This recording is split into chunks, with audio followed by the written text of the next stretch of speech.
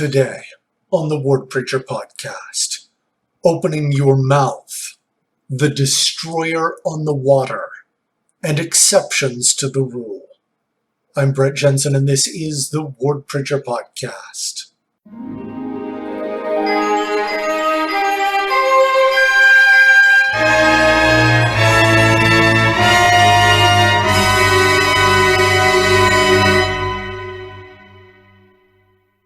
All right, today our Come Follow Me material for the coming week will bring us to sections 60 through 62 in the Doctrine and Covenants. Let's go ahead and dig in with a little bit of reading for among the first few verses in section 60. It reads, "But with some I am not well pleased, for they will not open their mouths, but they hide the talent which I have given unto them, because of the fear of man. Woe unto such, for mine anger is kindled against them. And it shall come to pass, if they are not more faithful unto me, it shall be taken away, even that which they have." So that's verses 2 and 3 in section 60. Now, a little bit of background on this. While several of the elders and presiding officers in the church were traveling down the Missouri River, some of these individuals were ignoring the people on various sides of the river and all around them that needed to hear the gospel message. So they had a trip they were supposed to take, but they were just focused on the trip and not willing to preach to the people on the way. Now, this was a problem because disciples of Jesus Christ have an obligation to share the good news of the gospel at all times and in all places they might be in, not just when they arrive at a particular assigned area. You can't just reserve your Christianity for certain times. If you're truly Christian, you're always Christian. That's the most fundamental part of your identity. And so this was a problem that they were, we'll go be a Christian, we'll go spread the word when we get where we're going.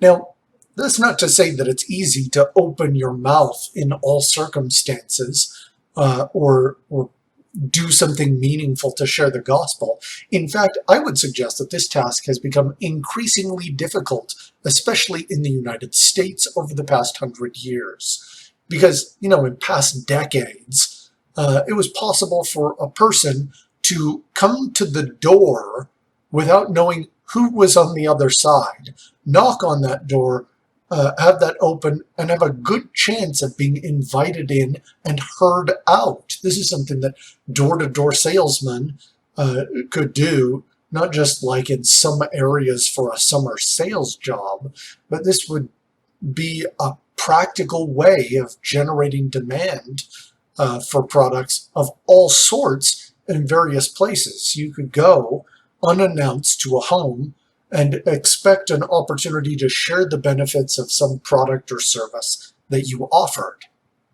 Of course, as the supply of this stuff being shoved on people in a door-to-door manner increased, the demand decreased. The more stuff that everybody is like, we can get people to buy this if we just knock on their door and then it's polite for them to listen to us and we can get them to buy. The more that happened, the more hesitant people were to accept these sales pitches, regardless of the information or goods or services that were being offered. In fact, now it's more common to see no soliciting signs on houses than it is to see door-to-door salesmen. This is something that is very difficult to do anymore. Phone calls similarly ignored frequently. If I see an unknown number on my phone, I'm probably not going to answer. Junk mail. You can mail someone something to let them know about some goods or services you offer, but frequently even that is thrown in the trash.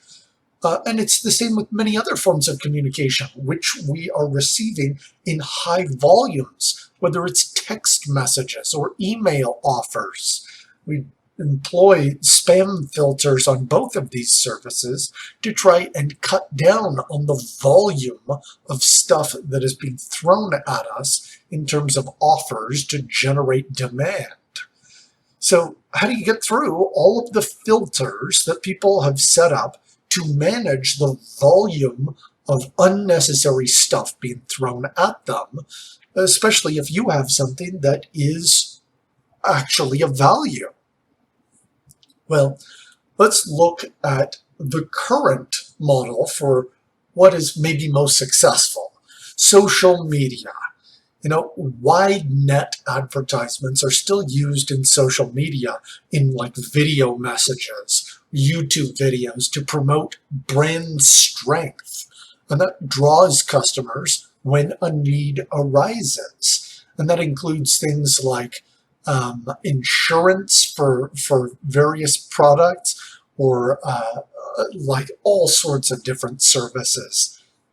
You'll see like ads for large companies on YouTube, or when you're watching ESPN Sports or watching some other movies or something, you'll recognize some of the brands that are being advertised.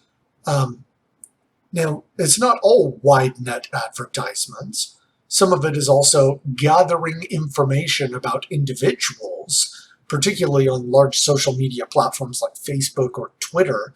They gather information about individuals and they give that to advertisers so that the products that they are offering have an increased chance of gaining your attention. I noticed that you searched about moving. Well, and then your Facebook feed has 30 different moving services on it. So they use this information in order to try and target things that are applicable to you, so that it's not seen as this volume of unhelpful stuff. And then, of course, the third thing that is very effective with social media is that people tend to respond to social messages. Recommendations from friends or family tend to carry more weight regardless of the actual value of the goods or services that are provided. And on social media, understanding these approaches can help us kind of share our message maybe in a more effective way for what the current trends are. Generally, if you're on social media, you can cast a wide net by not separating your online life from your spiritual life. If you have a testimony of Jesus Christ, you probably ought to be including this as a part of what you're posting. President Nelson talking about being grateful last Thanksgiving. Well, what a wonderful thing that was to see so many people taking this seriously, giving thanks for the good things in their lives. This wide net approach to show that we can be better when we live gospel principles, including having gratitude, and follow a living prophet. This was excellent. And of course, well, it's not good practice to purchase information about other people and take note of their purchasing habits and what they may be doing. We aren't spying on people, but you can be a good neighbor. You can try and remember what your friends and those around you care about. You can take note of their interests, which hopefully you try and do just for conversation, to be a good neighbor. And this is important not only to be a good neighbor, but it also can form the basis of understanding what sorts of activities might be helpful in your ward or your neighborhood to help build relationships and extend love and cooperation to our neighbors, to provide meaningful service. When we understand what is applicable to those around us, well, that really helps. And eventually, this can lead to other connections if you are always connected to your faith in Christ. Now, also, if you can be a trustworthy friend, then your feelings about the power of Jesus Christ or the Holy Ghost or prayer or anything that draws people to the Lord, that becomes more meaningful than if you are not a trustworthy friend, if you are not becoming a valued member of your community. So you may have to be creative to find ways to open your mouth. You may have to think about the talents that God has given to you and consider how best you can share the most important message that you can share with others around you.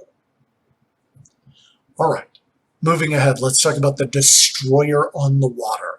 Section 61, verses 14 through 19 reads as follows.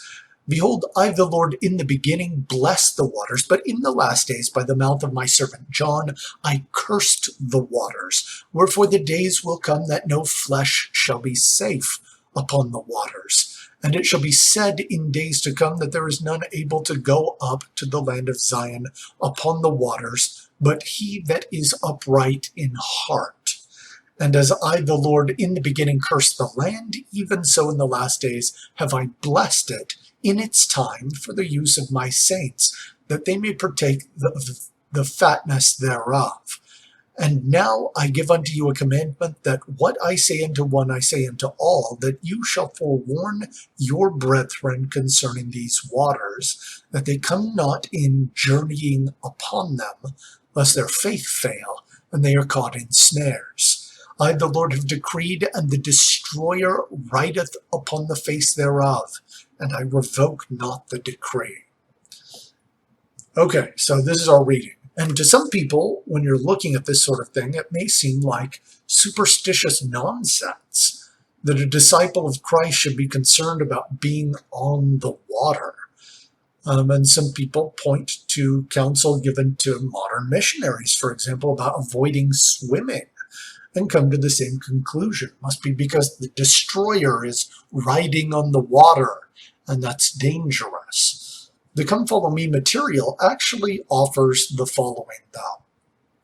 The Lord's warning in Doctrine and Covenants 61 was in part a warning about the dangers his people could face while traveling to Zion on the Missouri River, which was known at that time for being dangerous. This warning should not be interpreted to mean that we should avoid traveling by water. The Lord has all power, including power over the waters. Now, this might be intuitive if you understand some of the missionary efforts that would be happening that were helped by the Lord, by European immigrants, particularly from England, sailing across, you guessed it, the waters to get to the United States and ultimately travel out as pioneers to the Salt Lake Valley. So obviously, there's more to this than what we see at face value. And of course, when we learn about the context of this particular situation, it becomes even more clear. Some of the dangers that these particular elders to whom this revelation was given had experienced included their boat nearly capsizing because of submerged trees in the Missouri River, and they had navigation difficulties. And as a result of these difficulties, they also became contentious and angry with one another. One other important note about this area, cholera was a very common plague in the surrounding area around the Missouri River at that time. As far as missionary swimming, I mean, even in conservative and religious communities that teach the benefits of modesty, there are frequently swimmers who wear outfits that cover them about the same amount that their underwear does. In other areas, distractions can be more extreme. These distractions can be easily avoided by participating in other types of exercise that's not in a swimming pool.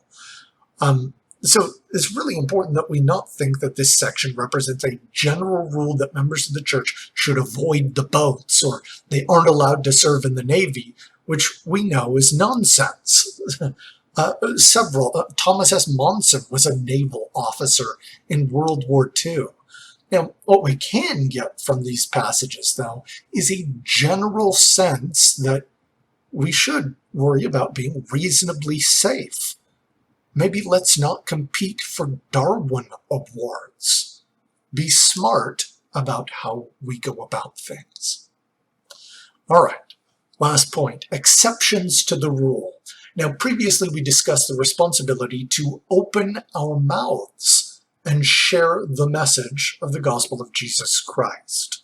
But then we come across this in verse 30 of section 61. And again, verily I say unto you, my servants Sidney Rigdon, Joseph Smith Jr., and Oliver Cowdery shall not open their mouths in the congregations of the wicked until they arrive at Cincinnati. So previously, they were to open their mouths, and particularly as they passed, even in congregations of the wicked, and that's also even still expected. If you skip down in the same section, 61, and look at verse 33, it's expected that they will preach even in congregations of the wicked. But in this verse 30, some individuals are commanded not to open their mouths. Now, this is a tendency that we see a lot in various places, particularly on social media, which is to overemphasize exceptions to the rule. We see this on Mother's Day, for example, in which some people get really, really upset about how dog moms are not properly honored and included. Or we see this in discussions about the family of Proclamation of the World, in which small numbers of individuals who experience unusual phenomena with gender or attraction exist, and many people get upset about preaching the divinely appointed general standard of the roles of men and women and the importance, the vital role of families in the Lord's plan. In fact, you can see this exaggeration of or hyper-focus on exceptions to the rule in almost any principle of the gospel. And it's vital that we understand, sure, it's okay that exceptions exist, but that doesn't mean that it's wrong to teach the general rule, even when exceptions exist. For example, Jesus Christ himself repeatedly taught that baptism is required to enter the kingdom of heaven. He told his apostles to go forth and preach baptism. Now, it was okay that in his instruction about baptism, he did not give a lengthy legal summary of what accountability means and how children do not need to be baptized, and some other individuals do not develop mental abilities to be accountable for their own actions. It was also okay that he did not spend a lengthy amount of time talking about proxy ordinances for the huge number of individuals who are not able to receive baptism in this life. He could just teach the rule generally. Except ye be born of the water and of the Spirit, ye cannot enter into the kingdom of heaven. The exceptions can be handled separately. Now, for some individuals, the Lord may have specific instructions that are not meant to be generally applied. We're typically not commanded to slay a person to get the brass plates and escape into the wilderness. That might be an exception. We're typically not commanded to cure disease by dipping in the Jordan 7 times. That was maybe an exception. Some individuals may be honorably excused from missionary service or from other types of assignments. These tend to be exceptions. Joseph Smith and Sidney Rigdon and Oliver Cowdery were given specific counsel for their situation. This is an exception. So it's vital that we don't say to ourselves, well, Section 61 says that I don't have to open my mouth to share the gospel. I can just mind my own business. Because while there may be some exceptions that apply to you, more often than not, you should seek ways to apply the general rules to yourself, which may include such things as having faith, repenting, receiving the ordinances of the gospel, honoring your covenants. The general rule that young women should marry a young man in the temple, and a young man should serve a mission, and then marry a young woman in the temple, and that married couples should have children. There is nothing wrong with these general rules, because in the end, there may be some exceptions, but finding ways to apply the general rules will more likely make you happier. Feel free to travel on the water, but use good judgment in all that you do. And there may be some people who will not listen to the most important messages that you can share with them, but try to share it with them anyway. We appreciate all the support for the Word Preacher podcast. Next week, we will look at Section 63, describing how not all is well in Zion. Of course, there's a lot that we did not cover in the sections assigned for this coming week. Please study that individually and with your family. And of course, as always, fight on.